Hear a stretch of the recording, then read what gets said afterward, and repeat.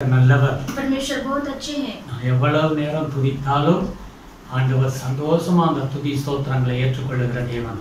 हम कितने भी समय में परमेश्वर को स्तुति करेंगे, परमेश्वर खुशी से वो स्तुति को एक्सेप्ट करेंगे. துதிகளுக்கு மத்தியில வாசம் பண்ணுகிற தேவன். परमेश्वर स्तुतियों के बीच में विराजमान करते हैं. அல்லேலூயா. हालेलुया. உங்க வீடுகளில் இருந்து குடும்பமாக கர்த்தரை மகிமைப்படுத்திக்கிட்டே இருங்க. கர்த்தர் உங்களுக்கு பெரிய காரியங்களை செய்வார். आप अपने घर में बैठकर परमेश्वर को महिमा करते रहिए. परमेश्वर आपको आशीष करेंगे. நன்றி சொல்லுங்க ஆண்டவருக்கு. परमेश्वर को धन्यवाद कहिए. இன்னைக்கு செப்டம்பர் மாதம் 1ஆம் தேதி நாம் தேவ சமூகத்தில் வந்திருக்கிறோம். आज सितंबर महीना 1 तारीख परमेश्वर के उपस्थिति में हम आए हैं. கடந்த நாட்கள் முழுவதும் கர்த்தர் நம்மளை கண்மணியாய் பாதுகாத்தார். पिछले दिनों में परमेश्वर ने आंखों के पुतली जैसा हमें संभाला है. हालेलुया. हालेलुया. எல்லாரும் ஒரு நிமிடம் ஆண்டவருக்கு நன்றி சொல்லுவோம். आइए हम 1 मिनट परमेश्वर को धन्यवाद करेंगे. அவர் செய்த நன்மைகளை நினைத்து ஸ்தோத்திர பலிகளை செலுத்துவோம். परमेश्वर ने किए हुए हर एक भलाई को सोचकर हम धन्यवाद करेंगे. இதுவரை நம்மளை உயிரோடு கூட காத்து வந்தாரே அதற்கு நன்றி சொல்லுவோம். आज तक परमेश्वर ने जीवित रखकर संभालते आए हैं, इसके लिए धन्यवाद करेंगे. நல்ல குடும்பத்தை தேவன் ஏற்படுத்தி கொடுத்தாரே அதற்காக ஸ்தோத்திரம். अच्छा परिवार को परमेश्वर ने करके दिया, इसके लिए धन्यवाद करेंगे. கணவன் மனைவி பிள்ளைகள் வீடு வாசல் எல்லாம் அந்த உலகத்தில் வாழ வேண்டிய எல்லா வாழ்வாதாரங்களை தேவன் நமக்கு கொடுத்தாரு. அதற்கு நாம் ஸ்தோத்திர பலிகளை செலுத்துவோம். पति पत्नी बच्चे घर और सारा जो आशीष परमेश्वर ने दिया, इसके लिए हम धन्यवाद करेंगे. प्रभु ஆண்டவரே உமக்கு நன்றி செலுத்துகிறோம். परमेश्वर आपको धन्यवाद करते हैं. செய்த எல்லா நன்மைகளுக்காக கோடி கோடி ஸ்தோத்திரம் ஆண்டவரே. आपने किए हुए हर एक भलाई को सोचकर धन्यवाद करते हैं. இந்த வருடத்தில் ஆண்டவரே எத்தனையோ ஆபத்துகள் நிறைந்த உலகமாய் நாங்கள் பார்க்கிறோம் ஆண்டவரே. प्रभु इस साल में परमेश्वर कितना सारा भयानक इस मुसीबत से प्रभु भरा हुआ दुनिया है. प्रभु கடைசி நாட்களெல்லாம் இப்படி எல்லாம் நடக்கும் என்று நீர் சொன்னீர் ஆண்டவரே. प्रभु अंतिम दिन में ये सारा घटना होगा करके आपने कहा. प्रभु உம்முடைய இரண்டாம் வருகைக்கு முன்பாக இது நடக்கும் என்று சொல்லியிருக்கிறீர் ஆண்டவரே. परमेश्वर आपका दूसरा आगमन में ये सारा घटना होगा करके आपने कहा. प्रभु எல்லாம் இன்றைக்கு எங்கள் கண்கள் பார்க்கிறது ஆண்டவரே. ये सारा घटना प्रभु हमारे आँख प्रभु हम दृष्टि करते हैं. प्रभु ஆனாலும் நீர் சொன்னீர் ஆண்டவரே, लेकिन आपने कहा प्रभु உன் கண்களால் மாத்திரம் காண்பாய், तुम सिर्फ अपनी आंखों से दृष्टि करोगे, அது உன்னை நெருங்காது என்று சொன்னீர் ஆண்டவரே. वो तुम्हारे डेरे के निकट नहीं आगा कर प्रभु आपने कहा. உம்மே ஆண்டவர் உமக்கு நன்றி செலுத்துகிறேன் ஐயா. परमेश्वर आपको धन्यवाद करते हैं. प्रभु இந்த காலை வேளையில் உம்மை துதிக்கிறோம் ஆண்டவரே. इस सुबह के समय में आपको स्तुति करते हैं. प्रभु செய்த நன்மைகளை நினைத்து கோடி கோடி ஸ்தோத்திரம் ஆண்டவரே. प्रभु आपने किए हुए भलाई को सोचकर हम कोटि कोटि स्तुति करते हैं. சபை கூடி வர முடியாத ஒரு தடை ஆண்டவரே. प्रभु हम कलीसिया इकट्ठा नहीं हो पा रहे. परमेश्वर ये रुकावट है. प्रभु ஆனாலும் ஆண்டவரே நாங்கள் இந்த வீடியோக்கள் மூலமாக ஆமென் ஆண்டவரே எங்களுக்கு ஒரு வாய்ப்புகளை கொடுத்தீரே அதற்காக ஸ்தோத்திரம் ஆண்டவரே. लेकिन फिर भी परमेश्वर प्रभु ये वीडियो के जरिए प्रभु YouTube के जरिए परमेश्वर आपने हमें मौका दिया, इसके लिए धन्यवाद करते हैं. சபை प्रभु மக்களுடைய பிள்ளைகள் தூரமாக இருந்து ஆமென் ஆண்டவரே நாங்கள் இந்த வீடியோக்கள் மூலமாக நாங்கள் ஒன்றாய் இணைந்து தேவனை மகிமைப்படுத்த தேவன் அனுகூலம் செய்தீரே அதற்காக கோடி கோடி ஸ்தோத்திரம் அப்பா. परमेश्वर हम कलीसिया वाले सारे लोग विश्वासी प्रभु हम मिलकर प्रभु ये वीडियो के जरिए आपको नाम को महिमा करने के लिए मदद किया, इसके लिए कोटि कोटि धन्यवाद. நன்றி प्रभु பலிகளை ஏறெடுக்கிறோம் அப்பா. धन्यवाद का बलि आपको चढ़ाते இந்த हैं. மாதத்தை ஆசீர்வதிங்க. ये महीने को भी आप आशीष कीजिए. இந்த மாதம் முழுவதும் உம்முடைய கரம் எங்க மேல இருக்கணும் ஐயா. ये महीना पूरा आपका हाथ हमारे साथ रहने दो. உம்முடைய பாதுகாப்பு இருக்கட்டும் ஆண்டவரே. आपका सुरक्षा रहने दो. प्रभु எங்கள் குறைகள் எல்லாம் மாறட்டும் ஆண்டவரே. हमारे सारी कमी घटिया बदलने दो. प्रभु இந்த பூமிக்குரிய நன்மைகள் ஒன்றும் குறைபடாதபடி ஆசீர்வாதத்தை கொடுங்க ஆண்டவரே. इस दुनिया का जो आशीष परमेश्वर कोई भी कमी नहीं होना चाहिए. प्रभु ஆவிக்குரிய பலனையும் கொடுங்க ஆண்டவரே. परमेश्वर आत्मिक साहस परमेश्वर आप हमें दीजिए. உம்முடைய வல்லமையின் மேல் வல்லமையை நாங்கள் காண வேண்டும் ஆண்டவரே. आपका प्रभु बल के ऊपर बल हम प्राप्त करने दो. प्रभु இன்னும் பரிசுத்த ஆவியின் அபிஷேகத்தால் நிரம்ப வேண்டும் ஆண்டவரே. और परमेश्वर आपको पवित्र आत्मा का अभिषेक और बढ़ने दो. प्रभु உம்முடைய கரம் இருந்து எங்களை நடத்தட்டும் ஆண்டவரே. आपका हाथ रहकर हमें चलाइए. प्रभु உம்முடைய கிருபை சூழ்ந்து கொள்ளட்டும் ஆண்டவரே. आपके अनुग्रह घेर लेने दो. प्रभु நன்மையான வழிகளில் எங்களை நடத்தும் ஆண்டவரே. परमेश्वर जो भलाई रास्ता है प्रभु उस रास्ता में हमें चलाइए. எங்களுக்கு ஆலோசனையா இருந்து எங்களை காத்து நடத்துங்க ஆண்டவரே. परमेश्वर आप हमारे प्रभु योजना देकर प्रभु आप हमें चलाइए. பிரயோஜனமானவைகளை நடத்துங்க ஆண்டவரே. परमेश्वर जो उपयोगी है प्रभु उसी में हमें चलाइए. நன்றி செலுத்துகிறோம் அப்பா. धन्यवाद करते हैं. உம்முடைய கரத்தில் ஒப்புக்கொடுக்கிறோம். आपके हाथों में हम अर्पण करते हैं. ஒவ்வொரு குடும்பத்தையும் ஒப்புக்கொடுக்கிறோம். हर एक परिवार को प्रभु हम अर्पण करते हैं. இயேசுவின் நாமத்தில் ஆசீர்வதிங்க. यीशु मसीह के नाम से आशीष कीजिए. யாராவது பலவீனங்களோடு வியாதிகளோடு இந்த காலை வேளையில எங்களோடு கடந்து ஜெபிக்கிற பிள்ளைகளை ஆசீர்வதிக்கும்படியாக ஜெபிக்கிறோம் ஆண்டவரே. इस सुबह के समय में अगर कोई प्रभु बीमारी के साथ हमारे साथ मिलकर प्रार्थना करते होंगे तो प्रभु இந்த புரோகிராம் இந்த ஆராதனையில கலந்து கொண்டிருக்கும் பொழுது அவர்களுக்குள்ளாய் ஒரு விடுதலையை காணட்டும் ஆண்டவரே. प्रभु ये मीटिंग में प्रभु हिस्सा लेते समय प्रभु उनका सारा प्रभु बीमारी चंगाई होने दो प्रभु. ஏதாவது ஒரு பயம் இவர்களை ஆட்கொண்டிருந்தால் அந்த பயம் இயேசுவின் நாமத்துல விலகும்படியாக நாங்கள் ஜெபிக்கிறோம் ஆண்டவரே. अगर कोई प्रभु भय उनके मन में ऐसा प्रभु घेर लिया होगा तो परमेश्वर यीशु मसीह के नाम से प्रभु आप उसे दूर कर दो प्रभु. என்ன தேவையோ அதை சந்திச்சு கொடுங்க ஆண்டவரே. जो जरूरत है प्रभु आप उन्हें पूरा करके दीजिए. ஆசீர்வதிங்க ஆண்டவரே. आशीष कीजिए पिता. இந்த மாதம் ஒரு அற்புத மாதமாய் இருக்கட்டும் ஆண்டவரே. ये महीना प्रभु अद्भुत का महीना होने दो प्रभु. இந்த மாதம் ஒரு பரிசுத்த ஆவியானவருடைய மாதமாய் இருக்கட்டும் ஆண்டவரே. ये महीना पवित्र आत्मा का प्रभु ऐसा होने दो प्रभु. இந்த மாதம் பரிசுத்த ஆவியானவர் எங்களை அற்புதமாய் நடத்துகிற மாதமாய் இருக்கட்டும் ஆண்டவரே. ये महीना पवित्र आत्मा अद्भुत रीति से हमें चलाने के लिए हम प्रार्थना करते हैं. எப்படி ஆண்டவரே மேகஸ்தம்பமும் அக்னி ஸ்தம்பமுமாக இருந்து இஸ்ரவேல் ஜனங்களை நடத்தினதை போல பரிசுத்த ஆவியானவர் எங்களை நடத்தும்படியாக ஜெபிக்கிறோம் ஆண்டவரே. परमेश्वर जैसे इस्राएली लोगों को परमेश्वर प्रभु दिन रात में परमेश्वर मेघ का खंभा और अग्नि का खंभा बनकर आप चलाइए प्रभु ऐसा हमें चलाइए. இந்த மாதம் ஒரு ஆண்டவருடைய வழிநடத்துதலுடைய மாதமாய் இருக்கட்டும் சுவாமி. इस महीना परमेश्वर का प्रभु जो अनुग्रह है प्रभु अगुवाई है प्रभु वो होने दो प्रभु. ஆசீர்வதிங்கப்பா. आशीष कीजिए இந்த पिता. பட்டணத்தை ஆசீர்வதிங்க. ये शहर को आशीष இந்த कीजिए. தேசத்தை ஆசீர்வதிங்க. ये देश को आशीष कीजिए. ஆண்டவரே சீக்கிரத்தில் இந்த கொரோனா வைரஸ் விலகும்படியாக ஜெபிக்கிறோம் ஆண்டவரே. जल्दी से ये कोरोना वायरस दूर होने के लिए हम प्रार्थना करते हैं. உம்முடைய கிருபை சூழ்ந்து கொள்ளட்டும். आपके अनुग्रह से घेर लो. எங்களை தாழ்த்துகிறோம். हम अपने आप को नम्र करते துதி हैं. கனம் மகிமை உமக்கே செலுத்துகிறோம். स्तुति आदर महिमा गौरव आपको देते हैं. இயேசு கிறிஸ்துவின் நாமத்தில் வேண்டுதல் செய்கிறோம் பிதாவே. यीशु मसीह के नाम से प्रार्थना करते हैं पिता. ஆமென். आमेन. ஹalleluya. हालेलुया. ஹalleluya. हालेलुया. கர்த்தர் நம்முடைய ஜெபத்தை கேட்டிருக்கிறார். परमेश्वर ने मेरी प्रार्थना को सुना है. ஆமென். आमेन. விசுவாசத்தோடு தேவ சமூகத்தில் இருங்க. अब विश्वास के साथ परमेश्वर की उपस्थिति में आप रहिए. இதுவரை காத்த எபினேசர் अभी तक संभाला एबेनेजर இனிமேலும் காக்க வல்லமையுள்ள தேவனாய் இருக்கிறார். और भी आगे संभालने के लिए परमेश्वर शक्तिमान है. ஆமென். आमेन. நாம் எல்லாரும் வேதத்தை எடுத்துக்கொள்வோம். हम सब बाइबल को हाथ में लेंगे. சங்கீத புஸ்தகம் वचन संहिता 46ஆம் சங்கீதத்தை எடுத்துக்கொள்வோம். 46 इसको लेंगे. 46ஆம் சங்கீதம் 4வது வசனத்தை நாம் வாசிப்போம். 46 अध्याय को लेंगे. उसमें 4 वचन को हम पढ़ेंगे. எல்லாரும் கவனமாக வேதத்தை நாங்கள் வாசிக்கும் பொழுது நீங்களும் வாசியுங்கள். आप सब ध्यान से बाइबल को पढ़िए. हम जो पढ़ते तो भी ஒரு நதி உண்டு, அதன் நீர்க்கால்கள் தேவனுடைய நகரத்தையும் உன்னதமானவர் வாசம் பண்ணும் பரிசுத்த ஸ்தலத்தையும் சந்தோஷிப்பிக்கும். एक नदी है जिसकी नहरों से परमेश्वर के नगर में अर्थात परम प्रधान के पवित्र निवास स्थान में आनंद होता है. हालेलुया. हालेलुया. வேதம் சொல்லுகிறது ஒரு நதி உண்டு. वचन कहता है एक नदी है. அது தேவனுடைய நகரத்தையும் பரிசுத்த ஸ்தலத்தையும் சந்தோஷிப்பிக்கும்.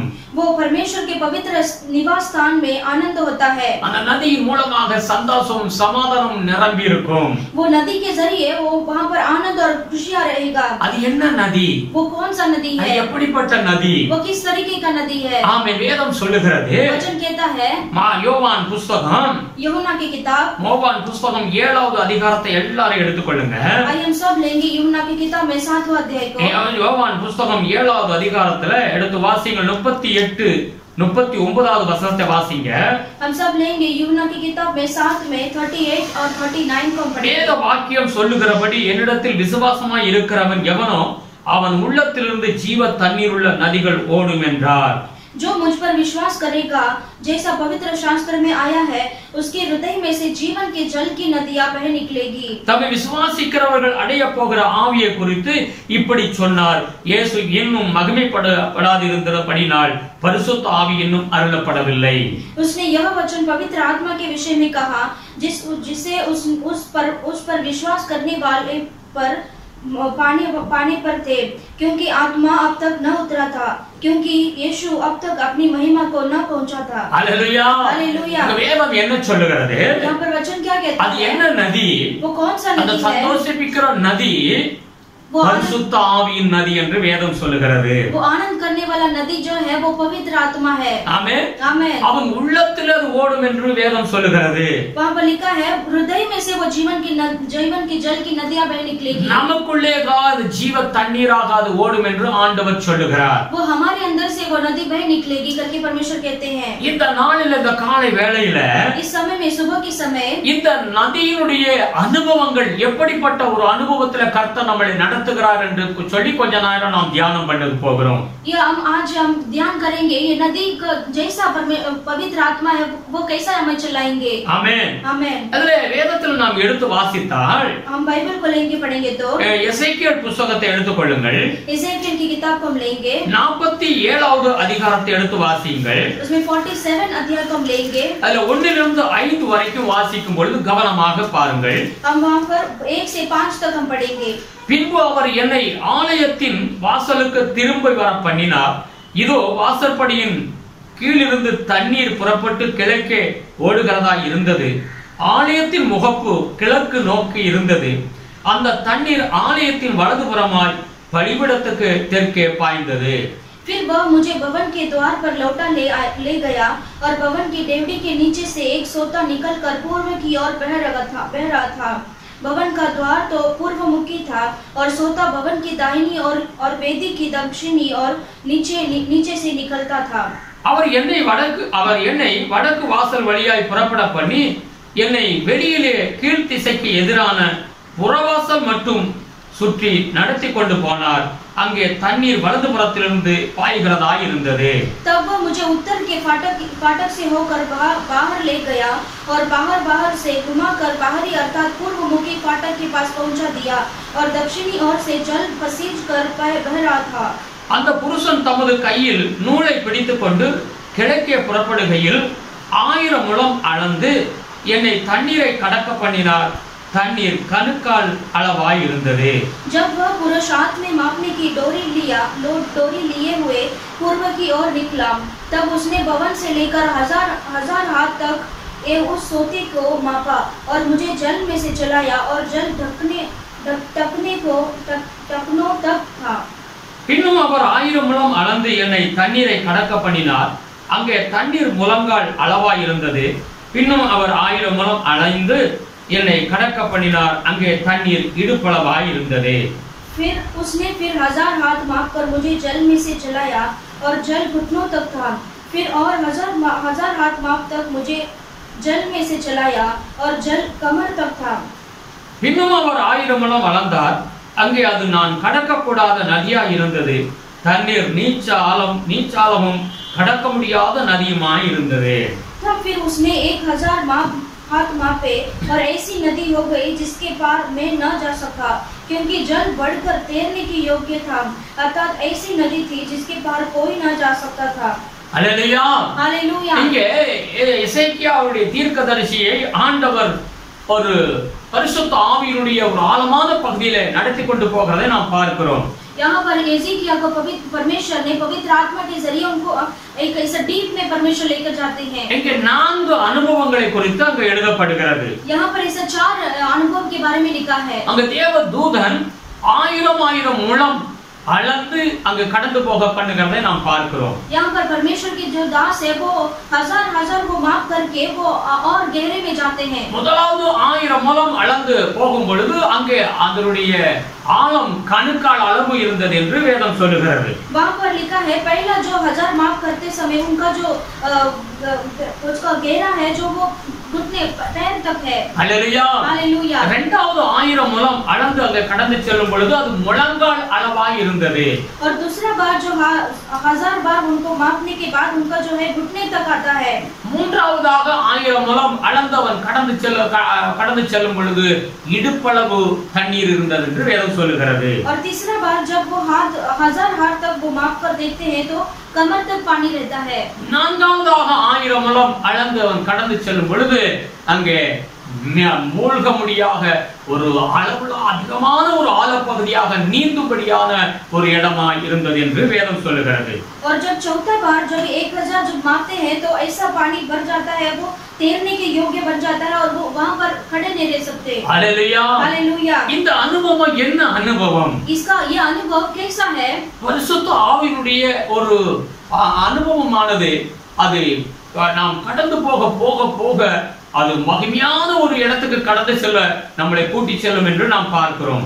जब हम पवित्र आत्मा में और हम बढ़ते बढ़ते परमेश्वर से उसके और गहरे में हमें लेकर चलते हैं. கர்த்தருடைய பிள்ளைகள் ஏதோ கரெக்ட் கால அளவல்ல, முழங்கால அளவல்ல, இடுப்பளவல்ல, நாம அந்த நதியில மூழ்க வேண்டும் என்று தேவன் விரும்புகிறார். और परमेश्वर चाहते हैं कि हम पैर नहीं, घुटने नहीं, कमर नहीं, पूरे पूरे हमें उसमें डूबना है. Praise the Lord. Praise the Lord. அங்க முதலாவது நாம் அந்த 1000 அளவு காரியம் எழுதப்பட்டிருக்கிறது. எசேக்கியா 43 மூன்றாவது வசனத்தை வாசிப்போம். वहां पर पहला जो है 1000 माफ करके वहां पर लिखा है 43 अध्याय में 47 में 3 में அந்த புருஷன் தமது கையில் நூலை பிடித்துக் கொண்டு கிழக்கே புறப்படுகையில் 1000 முழம் அளந்து என்னை தண்ணீரை கடக்க பண்ணினார். தண்ணீர் கணுக்கால் அளவாய் இருந்தது. जब वह पुरुष हाथ में मापने की डोरी लिए हुए पूर्व की ओर निकला, तब उसने भवन से लेकर 1000 हाथ तक उस सोते को मापा और मुझे जल में से चलाया और जल टखनों तक था. हालेलुया. हालेलुया. இங்கே முதலாவது அவர் 1000 முழம் அளந்து கடக்க செல்லுகிறார். தேவதூதன் கடக்க செல்லுகிறார். और पहला जो है 1000 माप की डोरी में लिए हुए पूर्व की ओर निकला, तब उसने भवन से लेकर समाप्ते हैं. இந்த தீர்க்கதரிசி அப்படி கடந்து போகும் பொழுது ये भविष्यवक्ता इसे जाते समय அவருடைய கரெக்ட் அளவு தண்ணி இருந்தது. और पानी जो है टखनों तक था. இது என்ன? ये क्या है? 2 யோவான் 1வது அதிகாரத்தை எடுத்துக்கொள்வோம். दूसरा यूहन्ना की किताब में पढ़ेंगे. 1வது அதிகாரம் 3-4வது வசனத்தை வாசிப்போம். दूसरा यूहन्ना की किताब में पहला इसमें पढ़ेंगे. 3வது அதிகார வசனம். तीसरा वचन. பிதாவாகிய தேவனாலும் பிதாவின் குமாரனாயிருக்கிற கர்த்தராகிய இயேசு கிறிஸ்துவினாலும் கிருபையும் இரக்கமும் சமாதானமும் சத்தியத்தோடும் அன்போடும் கூட உங்களோடு இருப்பதாக. परमेश्वर पिता और पिता के पुत्र यीशु मसीह की ओर से अनुग्रह और दया और शांति सत्य और प्रेम सहित हमारे साथ रहेंगे. பிதாவினால் நாம் பெற்ற கற்பனையின்படியே உம்முடைய பிள்ளைகளில் சிலர் சத்தியத்திலே நடக்கிறதை நான் கண்டு மிகவும் சந்தோஷப்பட்டேன். मैं बहुत आनंदित हुआ कि मैंने तेरे कुछ बच्चों को उस आज्ञा के अनुसार जो हमें पिता की ओर से मिली थी सत्य पर चलते हुए पाया. हालेलुया. हालेलुया. அந்த 1000 அடி முதலாவது நாம் கடந்து அந்த தண்ணீருக்குள் முதலாவது போகிற ஒரு ஆவிக்குரிய அனுபவம் என்னன்னு சொன்னா, हम देखेंगे तो पहला 1000 माफ करके वो आत्मिक जरिया वो हम अंदर जाते हैं, तब क्या होता है? சத்தியத்தில் நடப்பதுதான் என்று வேதம் சொல்லுகிறது. सत्य पर चलना है करके वचन कहता है. ஆமென். ஆமென். ஒரு மனிதன் ரட்சிக்கப்பட்டு கர்த்தருடைய பிள்ளையாய் மாறி வரும் பொழுது முதலாவது அனுபவம் அவன் வாழ்க்கையில ஏற்படுகிறது. பரிசுத்த ஆவியானவர் அந்த அனுபவத்துக்குள்ளாய் கொண்டு போகிறார். वो जो एक मनुष्य जब उद्धार होकर पवित्र आत्मा से जो अगुवाई मिलता है वो सत्य वचन पर चलता है. आमेन. आमेन. கர்த்தருடைய வசனத்தில நடக்கிறது. वो परमेश्वर के सत्य वचन के पर चलना. आमेन. आमेन. இப்பொழுது தேவன் அவனை எப்படி நடத்துகிறார்னா அந்த சத்திய வசனம் என்ன சொல்லுகிறது அதன்படி அவன் வாழ்க்கை ஆரம்பிக்கிறது. परमेश्वर भी कैसे चलाते हैं, वो परमेश्वर का सत्य वचन में उसे बराबर चलाते हैं. யோவான் புத்தகம் यूहन्ना की किताब में 17வது அதிகாரம் 17வது வசனத்தை எடுத்து வாசிச்சு பாருங்க. 17 अध्याय में 17 वचन को हम पढ़ेंगे. அங்க என்ன சொல்லுகிறது? यहाँ पर क्या कहता है? வாசித்து பாத்தீங்கன்னாக்க हम पढ़कर देखेंगे तो உம்முடைய சத்தியத்தினால் அவர்களை பரிசுத்தமாக்கும் உம்முடைய வசனமே சத்தியம். सत्य के द्वारा उन्हें पवित्र कर तेरा वचन सत्य है. ஆமென். आमेन. ஆண்டவருடைய வசனம் தான் சத்தியம். परमेश्वर का वचन ही सत्य है. ஆமென். आमेन. இந்த சத்திய வசனம் தான் ஒரு மனிதனை பரிசுத்தமாக்குகிறது என்று வேதம் சொல்லுகிறது. ये सत्य वचन एक मनुष्य को पवित्र करता है करके वचन कहता है. ஆமென். आमेन. யோவான் 16வது அதிகாரத்தை எடுத்து வாசிச்சு பாருங்க. यूहन्ना की किताब में 16 अध्याय का पढ़कर அதுல देखिए. 13வது வசனத்தை எடுத்து வாசிச்சு பாருங்க. उसमें 13 वचन को हम पढ़ेंगे. சத்திய ஆவியாகிய அவர் வரும்போது சகல சத்தியத்திற்குள் உங்களை நடத்துவார். அவர் தம்முடைய சுயமாய் பேசாமல் தாம் கேள்விப்பட்டவைகள் யாவையும் சொல்லி வரப்போகிற காரியங்களை உங்களுக்கு அறிவிப்பார். परंतु जब वह अर्थात सत्य का आत्मा आएगा तो तुम्हें सब सत्य का मार्ग बताएगा, क्योंकि वह अपनी ओर से न कहेगा, परंतु जो कुछ सुनेगा वही कहेगा और आने वाली बातें तुम्हें बताएगा. ஆமென். ஆமென். ஆவியானவர் வரும்போது சகல சத்தியத்திற்குள்ளும் அவர் வழி நடத்துவார் என்று வேதம் சொல்லுகிறது. जब आत्मा आएगा तो वे सारे प्रकार का जो सत्य में परमेश्वर में चलाएंगे. இதுதான் கணுக்கால் அளவுள்ள அனுபவம். और यही टखनों तक का जो अनुभव है. சகல சத்தியத்திற்குள்ளும் வழி நடத்துவதே கணுக்கால் உள்ள அனுபவம். और सारा सत्य में चलाने का जो है अनुभव है वो ही टखनों तक है. நீங்கள் அப்போஸ்தலர் 2:4 எடுத்து வாசித்து பாருங்க. और प्रेरित में पढ़कर देखेंगे तो அங்க பார்த்தீங்கன்னாக்க சீசர்கள் எல்லாரும் ஒருமனப்பட்டு ஒரு இடத்தில் கூடி இருந்தார்கள். वहां पर सारे चेले जो है एक जगह में इकट्ठा हुए. அவர்கள் படிப்பறிவு இல்லாதவர்களாக இருந்தார்கள். और वे सारे जो है अनपढ़ थे. அவர்கள் எல்லாம் தேவ யூதர்களுக்கு பயந்து நடுங்கிக் கொண்டிருந்தார்கள். और वे सारे जन जो है यहूदियों को डर कर बैठे थे. ஒரு நாள் பரிசுத்த ஆவி அவர்கள் மேல் இறங்கி வந்தார். और एक दिन जो पवित्र आत्मा उन पर उतरा. அங்க இறங்கி வரும்பொழுது அவர்கள் எல்லாரும் 4வது வசனத்தை எடுத்து வாசிச்சு பாருங்க. हम वहां पर पढ़ेंगे प्रेरित की किताब में 2 में 4 में पढ़ेंगे. அவர்கள் எல்லாரும் பரிசுத்த ஆவியினாலே நிரப்பப்பட்டு ஆவியானவர் தங்களுக்கு தந்தரில் வரத்தின்படியே வெவ்வேறு பாஷைகளிலே பேசத் தொடங்கினார்கள். वे सब पवित्र आत्मा से भर गए और जिस प्रकार आत्मा ने उन्हें बोलने की सामर्थ्य दी वे अन्य भाषा बोलने लगे. அதற்கு பிறகு அவர்களுடைய வாழ்க்கையில முற்றிலும் ஒரு வித்தியாசமான ஒரு வாழ்க்கை இருந்தது. और उसके बाद जो है उनका जीवन पूरी तरह से अलग हो गया. சகல சத்தியத்தில் அவர்கள் நடக்க ஆரம்பித்து விட்டார்கள். और वो जो है सत्य में चलने लगे. மற்றவர்கள் பார்த்து ஆச்சரியப்பட ஆரம்பித்தார்கள். और सारे लोग उन्हें देखकर ऐसे अचंभित हो गए. பரிசுத்த ஆவி இவர்களுடைய வாழ்க்கையில வருவதற்கு முன்பாக இவர்கள் சாதாரணமானவர்கள் தான் இருந்தார்கள். और वे जो है पवित्र आत्मा आने के पहले वो एक ऐसे साधारण मनुष्य थे. மனிதர்களை பார்த்து பயந்து நடுங்குறவர்களாக தான் இருந்தார்கள். और वो मनुष्य को देखकर ऐसे डर ऐसा भय के साथ थे. சத்தியத்தை அறியாதவர்களாக இருந்தார்கள். और वे जो है सत्य को नहीं जानते थे. எப்பொழுது இவர்கள் மேல் பரிசுத்த ஆவியுடைய அந்த அனுபவம் அபிஷேகம் பெந்தகோஸ்து நாளிலே ஏற்பட்டதோ और जिस दिन पवित्र आत्मा का अभिषेक उन पर जो पेंतेकोस्त दिन में उतरा அன்றையிலிருந்து சத்தியத்திலே அவர்கள் நடக்க ஆரம்பித்தார்கள். और उस दिन से वे सत्य में चलने लगे. தேவனுடைய பிள்ளையே, परमेश्वर के प्रजा, இதை பார்த்து கொண்டிருக்கிற நீங்கள், इसे देखने वाले आप, இந்த செப்டம்பர் 1ஆம் தேதி ये सितंबर 1 तारीख में நாம் எப்படிப்பட்ட பிள்ளைகளாய் இருக்க வேண்டும்? हम किस तरीके का बच्चे में बनना है? நம் கையில வேதம் கொடுக்கப்பட்டிருக்கிறது. हमारे हाथों में बाइबल दिया है. இந்த வேதம் தான் சத்தியம். ये बाइबल ही सत्य है. எந்த ஒரு மனிதன் அந்த சத்தியத்தை எடுத்து அதை வாசித்து தியானம் பண்ணி அந்த சத்தியத்துக்கு கீழ்ப்படிந்து அப்படியே நடக்கிறானோ, और जो मनुष्य बाइबल को हाथ में लेकर उसे पढ़कर उसे ऐसी सत्य वचन को जो भी अधीन बनता है तो அவன்தான் தேவனுடைய மனிதன். और वही परमेश्वर का मनुष्य है. முதலாவது படி அதுதான். और पहला स्टेप वही है. தேவனுடைய சத்தியத்திலே வலதுபுறமும் இடதுபுறமும் சாயாமல் அப்படியே கை கொண்டு நடக்கிற மனிதன், அவனை ஆண்டவர் இன்னும் 1000 மடங்கு நடக்க ஆண்டவர் பயன்படுத்துவார். और जब एक मनुष्य परमेश्वर के वचन को पढ़कर उसमें दाहिने और बाईं गिरता नहीं है और परमेश्वर के वचन के ऊपर ऐसे मानकर चलता है तो परमेश्वर उसे और 1000 माप उसे और गहरे में लेकर चलते हैं. हालेलुया. हालेलुया. ஆண்டவர் அவனை சகல சத்தியத்திற்குள்ளாய் நடத்துவார். परमेश्वर उसे और सत्य में परमेश्वर चलाएंगे. இந்த காலை வேளை நம்மளை ஒப்புக்கொடுப்போம். इस सुबह के समय में हम अर्पण करेंगे. அன்றைக்கு எசேக்கியா அந்த தீர்க்கதரிசி தேவனுடைய கையில் ஒப்புக்கொடுத்தார். उस दिन वो एजेकियल ने परमेश्वर के हाथ में सौंप दिया था. கர்த்தர் அவரை பயன்படுத்தினார். परमेश्वर ने उसे उपयोग किया. கர்த்தர் உங்களையும் எடுத்து பயன்படுத்துவார். परमेश्वर आपको भी उठाकर इस्तेमाल சகல करेंगे. சத்தியத்திற்குள்ள உங்களை நடத்துவார். और सारा सत्य बात में परमेश्वर चलाएंगे. இரண்டாவது எசேக்கியேல் 47 எடுத்துக்கொள்வோம். और दूसरा जो है एजेकियल 47 चैप्टर को हम लेंगे. அதுல 4வது வசனத்தை நாம் எடுத்து திரும்ப வாசிப்போம். और उसमें 4 वचन को हम फिर से पढ़ेंगे. பின்னும் அவர் 1000 முழம் அளந்து என்னை தண்ணீரை கடக்க பண்ணினார். அங்கே தண்ணீர் முழங்கால் அளவாய் இருந்தது. हालेलुया. हालेलुया. उसने फिर हजार हाथ मापकर मुझे जल में से चलाया और जल घुटनों तक था. आमेन. हालेलुया. हालेलुया. இங்க நாம் என்ன வாசிக்கிறோம்?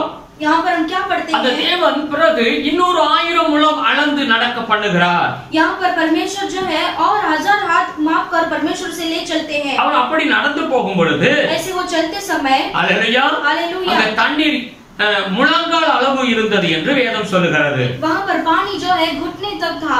இந்த முழங்கால் அளவு என்று சொன்னால் அது என்ன? यहाँ पर घुटने तक मतलब क्या है? லூக்கா புத்தகம் 22வது அதிகாரம் 41வது வசனத்தை எடுத்து வாசிச்சு பாருங்க. लूका की किताब में 22:46 को हम पढ़ेंगे. 41 இது 41வது வசனம். 22 में 41 वचन को हम पढ़ेंगे. அவர்களை விட்டு கல்லறை தூரம் அப்புறம் போய் முழங்கால் படியிட்டு என்று வேதம் சொல்லுகிறது. और परमेश्वर वहां पर लिखा है उन सबको अलग करके परमेश्वर घुटने टेककर प्रार्थना किया. Hallelujah hallelujah. இங்கே ஜெபத்தை குறிக்கிறது. यहाँ पर प्रार्थना को दर्शाता है. முதலாவது அந்த கால் அளவு கரெக்ட் கால் அளவு என்று சொல்லுகிறது தேவனுடைய சத்தியத்தில் நடக்கிறதை குறிக்கிறது. और पहला जो है टखनों तक का पानी जो है वो सत्य के बारे में दर्शाता है. இரண்டாவது முழங்கால் அளவு என்று சொல்லும் பொழுது और दूसरा घुटने तक हम बोलेंगे तो அது ஜெபத்தை குறிக்கிறது. वो जो है प्रार्थना को दर्शाता है. ஆண்டவராகிய இயேசு கிறிஸ்து கடைசி நாளில் கெத்செமனே தோட்டத்தில் நின்று அவர் முழங்கால் படியிட்டு ஜெபம் பண்ணினார் என்று வேதம் சொல்லுகிறது. हमारा परमेश्वर भी यहाँ पर जो अंत लास्ट समय में परमेश्वर गेत्सेमनी गार्डन में घुटने टेककर परमेश्वर प्रार्थना करते हैं. அவருடைய சீஷர்களையும் சொல்லி நீங்களும் ஜெபம் பண்ணுங்கள் என்று கற்றுக் கொடுக்கிறார். और उनके चेलों को भी परमेश्वर कहते हैं कि प्रार्थना करो. Praise the Lord. आमेन. அது மாத்திரமல்ல இயேசு கிறிஸ்து இந்த பூமியிலே அவர் வாழ்ந்த பொழுது அவருடைய ஊழியத்திலே அவர் பிரதானமாக ஆமென் அவருடைய வாழ்க்கையில ஜெபம் முழங்கால் ஜெபம் காணப்பட்டது என்று வேதம் சொல்லுகிறது. जब हमारा यीशु मसीह इस दुनिया में जिए ऐसा उनका प्रधान काम था वो हमेशा प्रार्थना करते थे. हालेलुया. हालेलुया. வேதத்துல வாசிக்கிறோம் சங்கீதம் 95 6வது வசனத்தை வாசிச்சு பாருங்க. हम बाइबल को लेंगे वचन संहिता 96 को हम लेंगे. 95 6வது வசனத்தை எடுத்து வாசிங்க. 95 में 6 वचन को हम पढ़ेंगे. நம்மை உண்டாக்கின கர்த்தருக்கு முன்பாக நாம் பணிந்து குனிந்து முழங்காற்படியிட கடவும் வாருங்கள் என்று எழுதப்பட்டிருக்கிறது. आओ हम झुककर दंडवत करें और अपने कर्ता यहोवा के सामने घुटने टेके. आमेन. आमेन. நம்மை உண்டாக்கின தேவன் हमें सृष्टि किया हुआ परमेश्वर நம்முடைய ஆண்டவர் हमारा परमेश्वर வாருங்கள் நாம் எல்லாரும் அவருக்கு முன்பாக பணிந்து குனிந்து நாம் முழங்கால் படியிடுவோம் என்று சொல்லி அந்த வேதம் சொல்லுகிறது. यहाँ पर वचन कहता है आओ हम झुककर दंडवत करें और अपने कर्ता यहोवा के सामने घुटने टेके. அவருக்கு முன்பாக நாம் முழங்கால் படியிட வேண்டும். हम परमेश्वर के सम्मुख में हमें घुटना टेकना है. பணிந்து குனிந்து அவரை முழங்கால் படியிட்டு ஆண்டவரை நோக்கி ஜெபிக்க வேண்டும். हमें झुककर दंडवत कर हमें घुटने टेककर प्रार्थना करना है. हालेलुया. हालेलुया. இந்த முழங்கால் அளவு ஜெபம் என்று சொல்லும் பொழுது यहाँ पर घुटने तक का जो प्रार्थना कहेंगे तो ஒரு மனிதனுடைய வாழ்க்கையில அது முக்கியமான ஒரு பகுதியாக இருக்கிறது. एक मनुष्य के जीवन में वो एक मुख्य ऐसा पार्ट है. ஜெபம் என்பது ஒரு முக்கியமான ஒரு காரியம் என்று வேதம் சொல்லுகிறது. प्रार्थना बोलेंगे तो वो एक मुख्य आवश्यक है. ஏன் நாம் ஜெபிக்க வேண்டும்? हमें क्यों प्रार्थना करना है? அந்த ஆவிக்குரிய அளவு அந்த முழங்கால் அளவு ஏன் நாம் கடந்து செல்ல வேண்டும்? वो आत्मिक रीति वो घुटने का प्रार्थना में क्यों वहां तक जाना है? கர்த்தர் ஏன் அந்த அவ்வளவு அந்த ஆழத்துக்கு ஏன் நம்மளை கொண்டு போகிறார்? परमेश्वर हमें उतना गहरा तक हमें क्यों लेकर चलते हैं? அந்த அளவுக்கு நான் போனால் தான் தடைகளை எல்லாம் உடைத்து போட முடியும். हम उतनी और गहरे हम जाएंगे तभी हम सारा रुकावट को हम तोड़ सकते हैं. தானியேல் புத்தகம் 6வது அதிகாரம் 10வது வசனத்தை எடுத்து வாசிச்சு பாருங்க. दानियेल की किताब में 6:10 को हम पढ़ेंगे. தானியேல் ஒரு தேவ மனிதன். वो दानियल जो है परमेश्वर के दास है. கர்த்தருக்கு பயந்து வாழ்கிற ஒரு மனிதன். और परमेश्वर का भय करने वाला इंसान है. அவருடைய வாழ்க்கையில நீங்க பாருங்க. और उनके जीवन में आप देखिए. அவர் ஜனங்க ஜெபிக்கிற மனிதன் தான். वो अच्छा प्रार्थना करने वाले इंसान थे. ஜெபம் பண்ண முடியாதபடி ஒரு தடையை கொண்டு வருகிறதை பார்க்கிறோம். और वो प्रार्थना नहीं कर सकते थे ऐसा रुकावट उनको आता है. அல்ல வாசிப்போம். தானியேலோ என்றால் அந்த பாத்திரத்துக்கு கையெழுத்து வைக்கப்பட்டது என்று அறிந்த போதிலும் தன் வீட்டுக்குள்ளே போய் தன் மேல் அறையில் எருசலேமுக்கு நேராய் பலகணிகளை திறந்திருக்க அங்கே தான் முன் செய்து வந்தபடியே தினமும் 3 வேளையும் தன் தேவனுக்கு முன்பாக முழங்காற்படியிட்டு ஜெபம் பண்ணி ஸ்தோத்திரம் செலுத்தினான் என்று வேதம் சொல்லுகிறது. जब दानियल को मालूम हुआ कि उस पत्र का हस्ताक्षर किया गया है तब वह अपने घर में गया जिसकी उपरोटी कोठरी की खिड़कियां यरूशलेम की ओर खुली रहती थी और अपनी रीति के अनुसार जैसा वह दिन में 3 बार अपने परमेश्वर के सामने घुटने टेककर प्रार्थना और धन्यवाद करता था वैसा ही तब भी करता रहा. ஆமென். ஆமென். அவனுக்கு விரோதமாக போராட்டங்கள் வந்தது தானியேலுக்கு விரோதமாக. और उनके खिलाफ में उनके विरोध में ऐसा रुकावट आया. ஜெபிக்க முடியாத ஒரு தடை. और जो प्रार्थना नहीं कर सकता था वैसा रुकावट. ஆனால் இந்த தானியேல் என்ன செய்கிறார்? எப்பவும் போல 3 வேளை அவர் ஜெபம் பண்ணுகிறார். फिर भी वो दानियल क्या करता है? वो 3 बार ऐसा प्रार्थना करता है, அவர் முழங்கால் படியிட்டு ஜெபம் பண்ணுகிறார். वो घुटने टेककर वो प्रार्थना करता அந்த है, தடை மாறுகிறது. वो जो रुकावट है बदल जाता है। ஹல்லேலூயா. हालेलुया। நம்முடைய வாழ்க்கையில வருகிற தடைகளை மாற வேண்டும் என்றால், நம்முடைய வாழ்க்கையில நம்முடைய பாதையில் இருக்கிற தடை மாற जबम मुड़ंगाल जबम रंब रंब मुखियम। अगर हमारे जीवन में जो रुकावट है वो अगर बदलना है तो उसके लिए हमारा प्रार्थना जरूरी है, वो घुटने का प्रार्थना हमें करना है। Hallelujah hallelujah. ஜெபிக்கிற வாழ்க்கை ஜெபிக்கிறவருடைய வாழ்க்கையில எத்தனை தடைகள் வந்தாலும் அந்த தடையை அவன் அழகாக தாண்டி போய் விடுவான்। अगर जो प्रार्थना करने वाला जो मनुष्य है उसके जीवन में कितना भी रुकावट आएगा वो प्रार्थना करके वो रुकावट को बदल देगा। எத்தனை தடைகள் வந்தாலும் அவன் தாண்டுவான்। और कितना भी उसको रुकावट आए वो उसे पार करेगा। அது மாத்திரமல்ல ஜெபத்துல और इतना ही नहीं प्रार्थना में ஆண்டவருடைய பாருங்க 2 நாளாகமம் 20வது அதிகாரத்தை எடுத்துக்கொள்வோம்। और दूसरा इतिहास में 20वां अध्याय को हम लेंगे। அதுல 3வது வசனத்தை வாசிச்சு பாருங்க। उसमें 3 वचन को हम पढ़ेंगे। அப்பொழுது யோசபாத் பயந்து கர்த்தரை தேடுகிறதற்கு ஒருமகப்பட்டு யூதாவெங்கும் உபவாசத்தை அறிவித்தான்। तब यहोशापात डर गया और यहोवा की खोज में लग गया और पूरे यहूदा में उपवास का प्रचार करवाया। Hallelujah hallelujah. அங்க யோசபாத் என்கிற ஒரு தேவ மனிதனை குறித்து எழுதப்பட்டிருக்கிறது। यहाँ पर यहोशापात करके परमेश्वर का एक इस मनुष्य के बारे में लिखा है। அவனுக்கு விரோதமாக சத்துருக்கள் எழும்பி வருகிறார்கள் யுத்தத்திற்கு। और उनके खिलाफ में ऐसा शत्रु जो चढ़ाई कर आ रहे हैं युद्ध के लिए। அவருக்கு விரோதமாக மோவாப் புத்திரரும் அம்மோனிய புத்திரரும் யுத்தத்திற்கு ஒரு பெரும் படையோடு வந்து निकलने பார்க்கிறோம்। और उनके विरोध में मोआबियों और अमोनियों और उनके साथ कई मुनियों ने युद्ध के लिए चढ़ाई आए उनके विरोध में। அந்த சமயத்தில் அந்த யோசபாத் ராஜா என்ன செய்கிறார்? और उस समय में यहोशापात क्या करता है? தேவ சமூகத்துல ஜனங்களை எல்லாரும் கூப்பிட்டு ஒருமகப்பட்டு முழங்கால் படிட்டு ஆண்டவரை நோக்கி ஜெபிக்கிறார்। और उस समय में यहोशापात क्या करता है? वो सारे लोगों को इकट्ठा कर परमेश्वर की उपस्थिति में प्रार्थना करता है। அந்த ராஜாவுக்கு இருந்த பயம் பிரச்சனைகள் எல்லாவற்றையும் ஆண்டவர் மாற்றி போட்டு விட்டார்। और राजा को जो भय और जो रुकावट था वो सारा परमेश्वर ने बदल दिया। Praise the Lord praise the Lord. யாரெல்லாம் ஜெபிக்க கற்றுக்கொண்டார்களோ और जिन्होंने प्रार्थना करना सीख लिया है, யாரெல்லாம் ஜெபிக்க பழகி விட்டார்களோ और जिन्होंने प्रार्थना करना ऐसे हैबिट हो गया है, அவர்களுடைய வாழ்க்கையில முழங்கால் அளவு நீச்சல்ல வந்து விட்டார்கள்।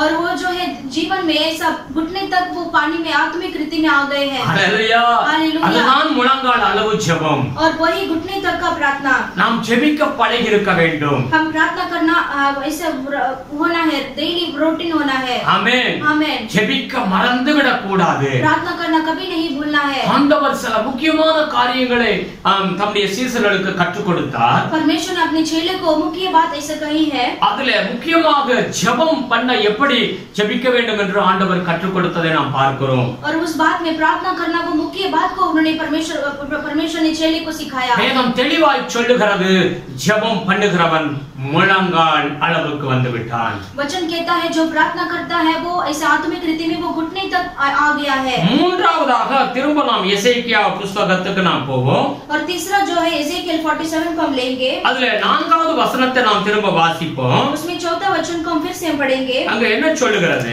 वहां पर क्या कहता है? இன்னும் 1000 முழம் அளந்து என்னை கடக்க பண்ணினார்।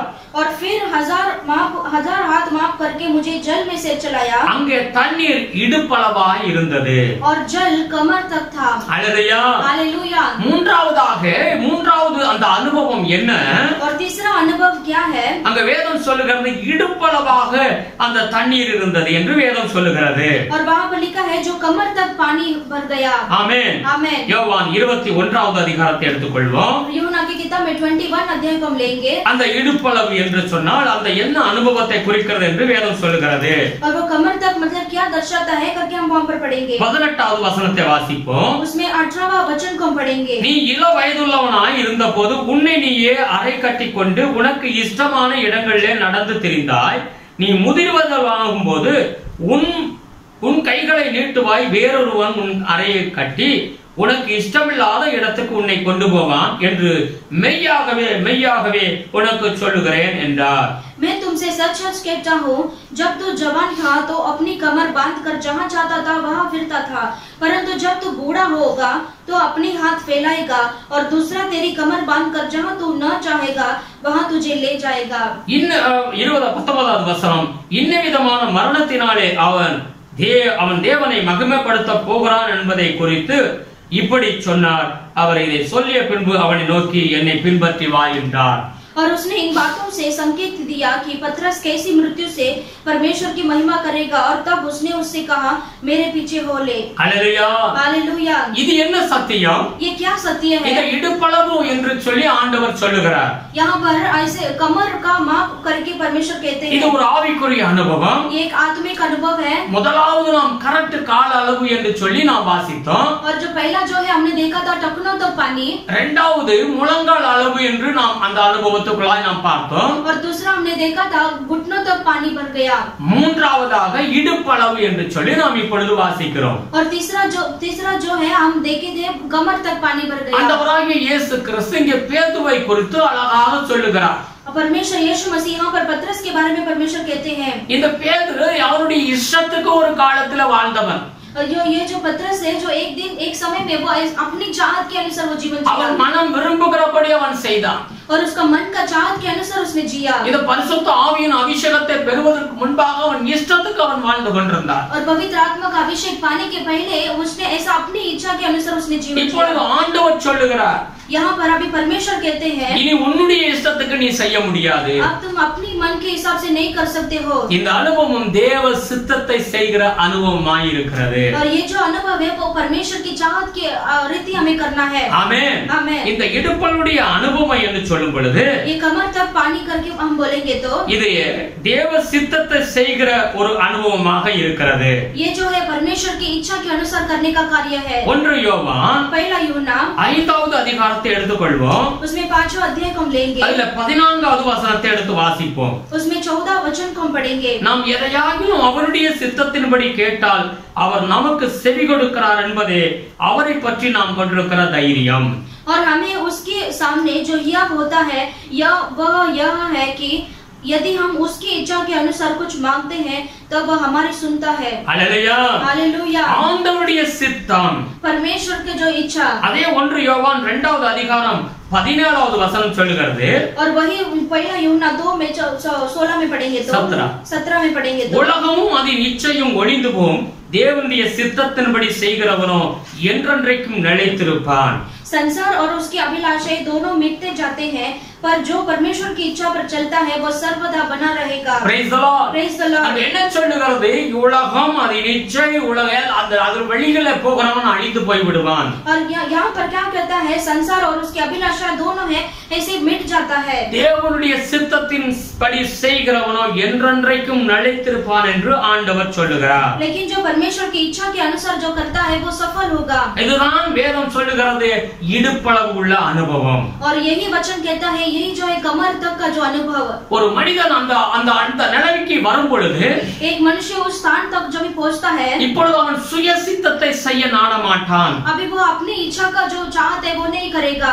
ஆண்டவருடைய சித்தம் எதுவோ அதைத்தான் அவன் செய்ய விரும்புவான். जो परमेश्वर की इच्छा है उसी पर वो चलेगा. Praise the Lord. Praise the Lord. அந்த வசனம் சொல்லுகிறது மத்தேயு 7வது அதிகாரத்தை எல்லாரும் எடுத்துக்கொள்ளுங்கள். हम लेंगे वो वचन को मत्ती 7वां अध्याय 7வது அதிகாரம் 21வது வசனத்திலிருந்து நாம் வாசிக்கும் பொழுது 7वां अध्याय में 21 से हम आगे पढ़ेंगे तो பரலோகத்தில் இருக்கிற என் பிதாவின் சித்தத்தின்படி செய்கிறவனே பரலோகத்தில் பிரவேசிப்பானே அல்லாமல் என்னை நோக்கி கர்த்தாவே கர்த்தாவே என்று சொல்லுகிறவன் அதில் பிரவேசிப்பதில்லை. जो मुझसे हे प्रभु कहता है उनमें से हर एक स्वर्ग के राज्य में प्रवेश न करेगा, परंतु वही जो मेरे स्वर्ग के पिता की इच्छा पर चलता है. ஆமென். आमेन. கீழ உள்ள வசனத்தை வாசிச்சு பாருங்க. और नीचे के वचन को पढ़कर देखिए. அந்நாளில் अनेகர் என்னை நோக்கி கர்த்தாவே கர்த்தாவே உமது நாமத்தினாலே தீர்க்க தரிசனம் உரைத்தோம் அல்லவா, உமது நாமத்தினாலே பிசாசுகளை துரத்தினோம் அல்லவா, உமது நாமத்தினாலே अनेक அற்புதங்களை செய்தோம் அல்லவா என்பார்கள். उस दिन बहुत से लोग मुझसे कहेंगे हे प्रभु क्या हमने तेरे नाम से भविष्यवाणी नहीं की और तेरे नाम से दुष्ट आत्माओं को नहीं निकाला और तेरे नाम से बहुत से आश्चर्य कर्म नहीं किए. அப்பொழுது நான் ஒரு காலம் உங்களை அறியவில்லை, அக்கிரம செய்கைக்காரரே என்னை விட்டு அகன்று போங்கள் என்று அவருக்கு சொல்லுவேன். तब मैं उनसे खुलकर कह दूंगा मैंने तुमको कभी नहीं जाना, हे कुकर्मी करने वालों मेरे पास से चले जाओ. ஆகையால் நான் சொல்லிய இந்த வார்த்தைகளை கேட்டு இவைகளின்படி செய்கிறவன் எவனோ அவனை கன்மலையின் மேல் தன் வீட்டை கட்டின புத்தி உள்ள மனுஷனுக்கு ஒப்பிடுவேன். इसलिए जो कोई मेरी ये बातें सुनकर उन्हें मानता है वह उस बुद्धिमान मनुष्य के समान ठहरेगा जिसने अपना घर चट्टान पर बनाया. பெருமலை சொரிந்து பெருமளம் வந்து காற்று அடித்து அந்த வீட்டின் மேல் மோதியும் அது விழவில்லை, ஏனென்றால் அது கன்மலையின் மேல் அஸ்திவாரம் போடப்பட்டிருந்தது. और मेघ बरसा और बाहें आई और आंधियां चली और उस घर से टकराई, फिर भी वह नहीं गिरा क्योंकि उसकी नींव चट्टान पर डाली गई थी. நான் சொல்லிய இந்த வார்த்தைகளை கேட்டு இவைகளின்படி செய்யாதிருக்கிறவன் எவனோ அவன் தன் வீட்டை மணலின் மேல் கட்டின புத்தி இல்லாத மனுஷனுக்கு ஒப்பிடப்படுவான். परंतु जो कोई मेरी ये बातें सुनता है और उन पर नहीं चलता वह उस निर्बुद्धि मनुष्य के समान ठहरेगा जिसने अपना घर बालू पर बनाया है. பெருமழை சொரிந்தது, பெருமளம் வந்து காற்று அடித்து அந்த வீட்டின் மேல் மோதின போது அது விழுந்து முழுவதும் அழிந்தது என்றார். और मेघ बरसा और बाढ़ें आई और आंधियां चली और उस घर से टकराई और वह गिरकर सत्यानाश हो गया. Praise the Lord. Praise the Lord. வேதம் என்ன சொல்லுகிறது? यहाँ पर वचन क्या कहता है? நாம் பல காரியங்கள் ஆண்டவருக்காக செய்து வரலாம். हम चाहे कोई बहुत सारे कार्य परमेश्वर के लिए करते होंगे. தான தர்மங்களை செய்யலாம். ऐसे दान धर्म हम करते होंगे. நீங்கள் ஜெபம் பண்ணி பிசாசுகளை துரத்தலாம். ऐसे आप प्रार्थना करके दुष्ट आत्माओं को भगा सकते हैं. எல்லாம் கரெக்ட், எல்லாம் செய்ய வேண்டும்னா ये सब सही है, हम आप कर सकते हैं. தேவ சித்தம் நாம் செய்ய வேண்டும். परमेश्वर की इच्छा को हमें करना है. நம்மை படைத்த தேவன் ஒரு சித்தம் உங்களை குறித்து வைத்திருக்கிறார். हमारे सृष्टि किया हुआ परमेश्वर आपको एक इच्छा रखा है. ஆண்டவர் என்ன உங்களுக்கு சொல்லி இருக்கிறார்? परमेश्वर ने आपसे क्या कहा है? உங்க கையில தேவன் வேதத்தை கொடுத்திருக்கிறார். आपके हाथों में परमेश्वर ने पवित्र शास्त्र दिया है. அந்த வேதத்தை வாசித்து நாம் அதன் பிரகாரம் அந்த சித்தத்துக்கு நாம் ஒப்பு கொடுக்க வேண்டும். उस बाइबल को पढ़कर ऐसी परमेश्वर की इच्छा के अनुसार अपने लाइफ को परमेश्वर को अर्पण करना है. ஒரு கம்பெனில நம்மள வேலைக்கு எடுக்கறாங்க. एक ऐसे कंपनी में आप जॉब के लिए लेते हैं. அந்த இன்டர்வியூல நாம் அட்டெண்ட் பண்ணி நமக்கு அந்த வேலை நமக்கு கிடைச்சிருச்சு. हमने इंटरव्यू पार करके वहां पर जॉब मिल गया. அந்த கம்பெனில நாம் வேலைக்கு ஜாயின் பண்ணும் பொழுது उस कंपनी में इस काम के लिए जॉइन करते हैं. அந்த कंपनी என்ன சித்தம் என்ன உங்களுக்கு அந்த வேலை கொடுக்கறார்களோ அதை தான் நாம் செய்ய வேண்டும். उस कंपनी में आपके लिए जो वर्क आपके लिए जो काम कर देते हैं वही आपको पूरा करना है. அந்த ரூல்ஸ் என்னவோ அதுக்கு நீங்க கீழ்ப்படிஞ்சு தான் ஆகணும். और वो कंपनी का जो रूल्स है उसी को आपको फॉलो करना पड़ेगा. சில நேரத்துல அது உங்களுக்கு கஷ்டமா இருக்கலாம். और कुछ समय में आपके लिए वो कठिन बात होगा. அவங்க அந்த இத்தனை மணிக்கு நீங்க அந்த வேலையில டியூட்டில ஜாயின் பண்ணனும்னு சொல்லும் பொழுது அது உங்களுக்கு கடினமாக இருக்கலாம். और इस समय में आपको वो कंपनी में जॉइन करना है, वो समय को आप फॉलो करने के लिए वो आपको कठिन बात होगा. அது கடினமா இருந்தாலும் அந்த நீங்க கம்பெனில வேலை செய்யணும்னா உங்களுக்கு நல்ல சம்பளம் கிடைக்கணும்னா நீங்க செஞ்சு தான் ஆகணும். अगर वो कठिन बात को भी फॉलो करने के लिए आपको नहीं हो सकता है तो आपको वो फिर भी करना पड़ेगा. Praise the Lord. Praise the Lord. அதைத்தான் வேதம் சொல்கிறது. உங்களுக்கு பிடிக்குதோ பிடிக்கலையோ அது முக்கியம் கிடையாது.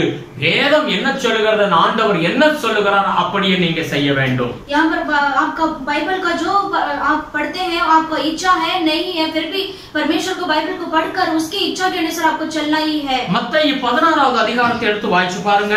मत्ती की किताब में 16 अध्याय का पढ़कर देखिए. அதுல 21 22வது வசனத்தை வாசிப்போம். उसमें 21 और 22 वचन को पढ़ेंगे. அங்க நாம் வாசிப்போம். அது முதல் இயேசு தாம் எருசலேமுக்கு போய் மூப்பராலும் பிரதான ஆசாரியராலும் வேதபாரகராலும் பல பாடுகள் பட்டு கொலையுண்டு மூன்றாம் நாளில் எழுந்திருக்க வேண்டும் என்பதை தம்முடைய சீஷர்களுக்கு சொல்லத் தொடங்கினார். उस समय से यीशु अपने चेलों को बताने लगा, अवश्य है कि मैं यरूशलेम को जाऊं और पुरानियों और प्रधान याजकों और शास्त्रियों के हाथ से बहुत दुख उठाऊं और मार डाला जाऊं और तीसरे दिन जी उठूं.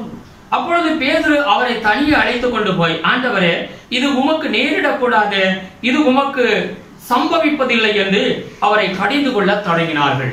इस पर पतरस उसे अलग ले जाकर झिड़कने लगा, हे प्रभु, परमेश्वर न करे तेरे साथ ऐसा कभी ना होगा. ஆமென். ஆமென். இங்கே ஆண்டவர் இந்த கடைசி நாள்ல சிலுவையிலே அடிக்கப்படுவதற்கு முன்பாக அவர் தம்முடைய சீஷர்களுக்கு சொல்லுகிற காரியத்தை நாம் பார்க்கிறோம். यहाँ पर जो परमेश्वर के लिए जो अंतिम दिन में वो होने वाला जो वो घटना को परमेश्वर यहाँ पर चेले को बताते हैं। தன்னுடைய மரணத்தை குறித்து அங்க சொல்லுகிறார். अपनी मृत्यु के बारे में परमेश्वर चेले को कहते हैं। நான் இப்படி மரிக்க வேண்டும் என்று ஆண்டவர் இயேசு சொல்லுகிறார். और मुझे ऐसा मरना है करके परमेश्वर चेले को कहते हैं। இது அவருடைய சீசன்ல ஒருவனாகிய பேதுருக்கு சுத்தமா பிடிக்கவே கிடையாது. और उनके चेले पतरस को ये बिल्कुल पसंद नहीं था। ஆண்டவர் இதெல்லாம் சரியில்லை என்று சொல்லி அவன் பேசுகிறதை பார்க்கிறோம். और वो कहता है ये सब ठीक नहीं है करके। இது உமக்கு நேரிட கூடாது. और ये घटना नहीं होना है। நீ சிலுவையை சுமக்க கூடாது. आप क्रूस को नहीं उठाना। நீ மரிக்க கூடாது என்று அவன் சொல்லுகிறான். आपको नहीं मरना करके वो पतरस कहता है। அது கடினமான அவனுக்கு அதை ஏற்றுக்கொள்ள முடியல.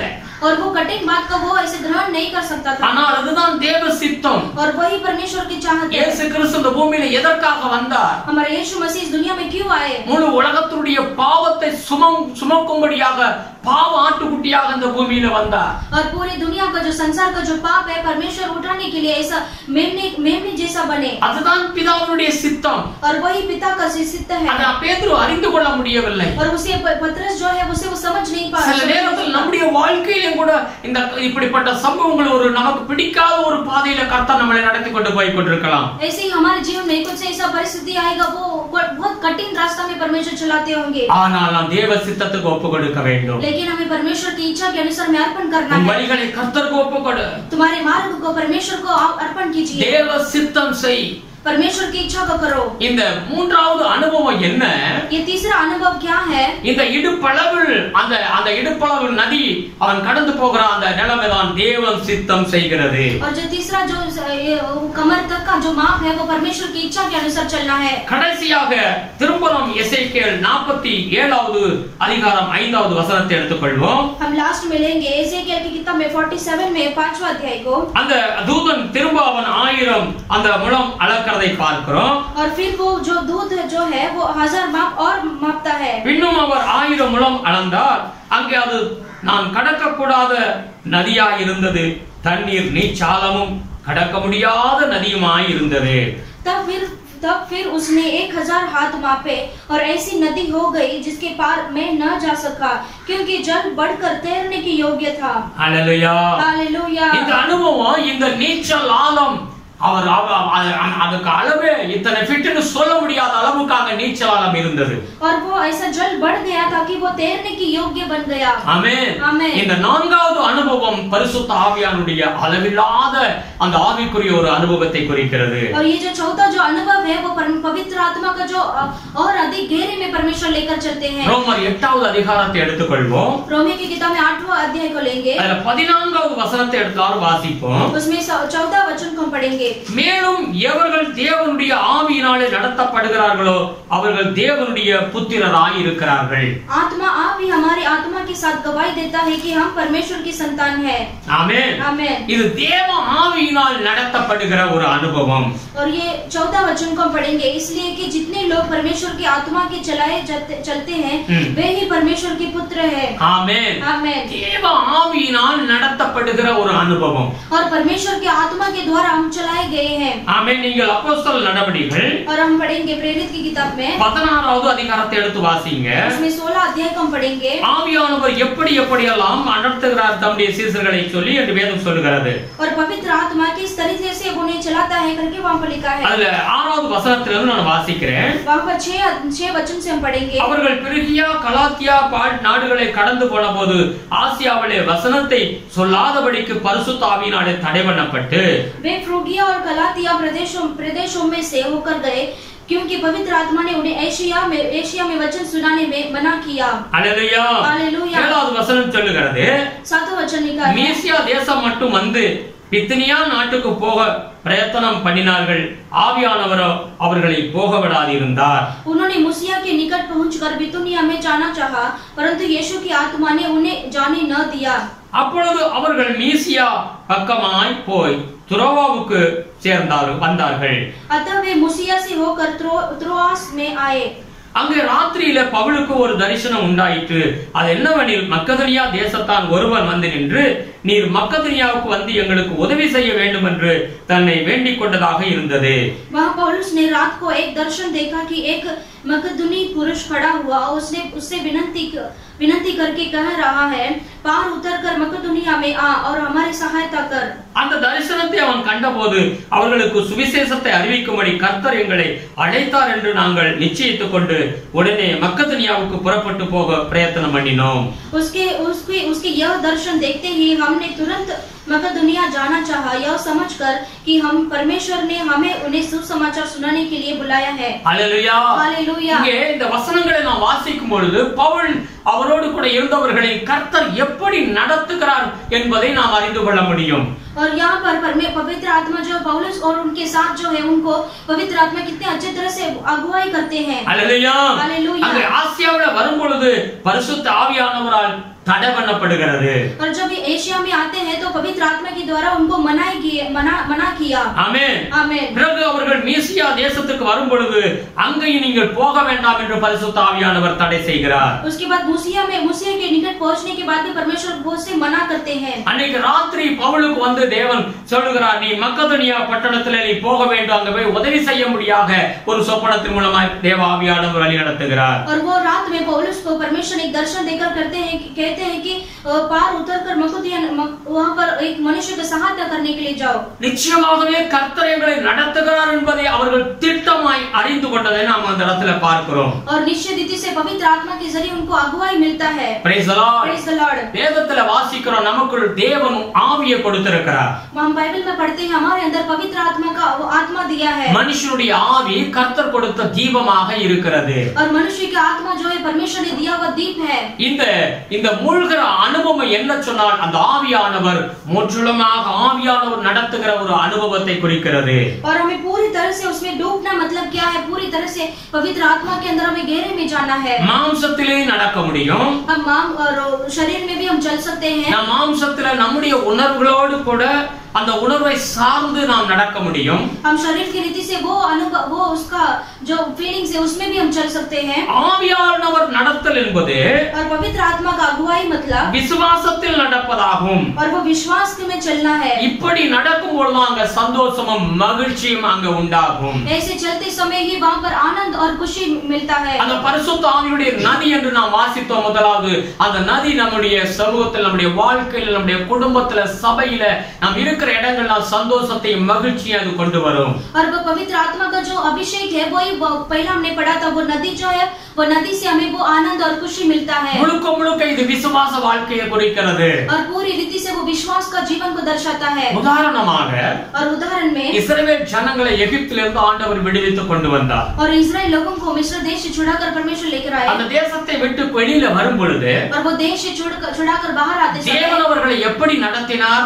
परमेश्वर ने कैसे चलाया? அங்க வேதம் சொல்லுகிறது, அக்னி ஸ்தம்பமாகவும் மேக ஸ்தம்பமாகவும் அவர்களோடு இருந்தவர்களை நடத்தினார். और वचन कहता है वह उन लोगों को रात में और दिन में परमेश्वर ने मेघ का खंभा और अग्नि का खंभा बनकर परमेश्वर ने चलाया. முற்றிலுமாக அவர்களை தேவனே இருந்து நடத்தினதை நாம் பார்க்கிறோம். और पूरी रीति से परमेश्वर ही स्वयं उनके साथ रहकर परमेश्वर ने चलाया. இதுதான் இந்த நீச்சல் ஆழம்.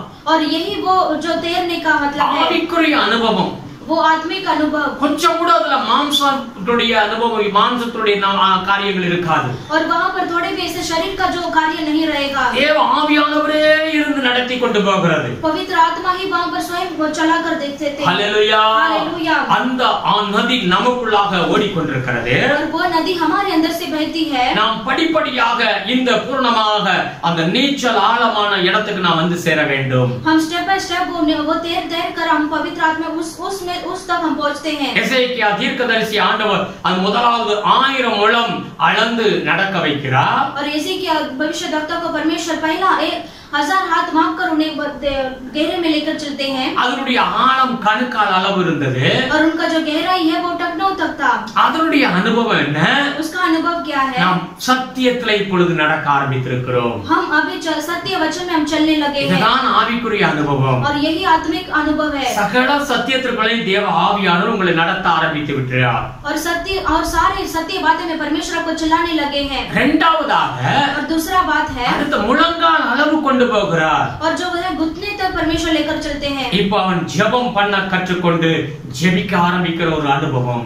और अभी वो प्रार्थना करना सीखकर अभी वो प्रार्थना का वो अनुभव में परमेश्वर लेकर चलते हैं. தடைகள் வரலாம், रुकावट आएगा, பிரச்சனைகள் வரலாம், तकलीफ आएगा, குறைகள் வரலாம், कभी घटी आएगा, ஏது வந்தாலும் कोई भी आने दो, இந்த ஜெபத்தை கொண்டு ये प्रार्थना के जरिए தடைகளை மாற்ற முடியும், रुकावट को बदल सकते हैं, பிரச்சனைகளை மாற்ற முடியும், तकलीफ को बदल सकते हैं, குறைகளை நிறைவாய் மாற்ற முடியும். और जो कमी घटियों को पूरा बदल सकते हैं. இந்த இரண்டாவதாக முழங்கால் அளவு அந்த ஜெபம், முழங்கால் ஜெபம் அந்த அனுபவத்துக்குள்ளாய் நாம் கடந்து வர வேண்டும். और जो दूसरा जो है घुटने तक हम प्रार्थना में हम वो अनुभव परमेश्वर लेकर चलते हैं. மூன்றாவது அனுபவம் என்ன?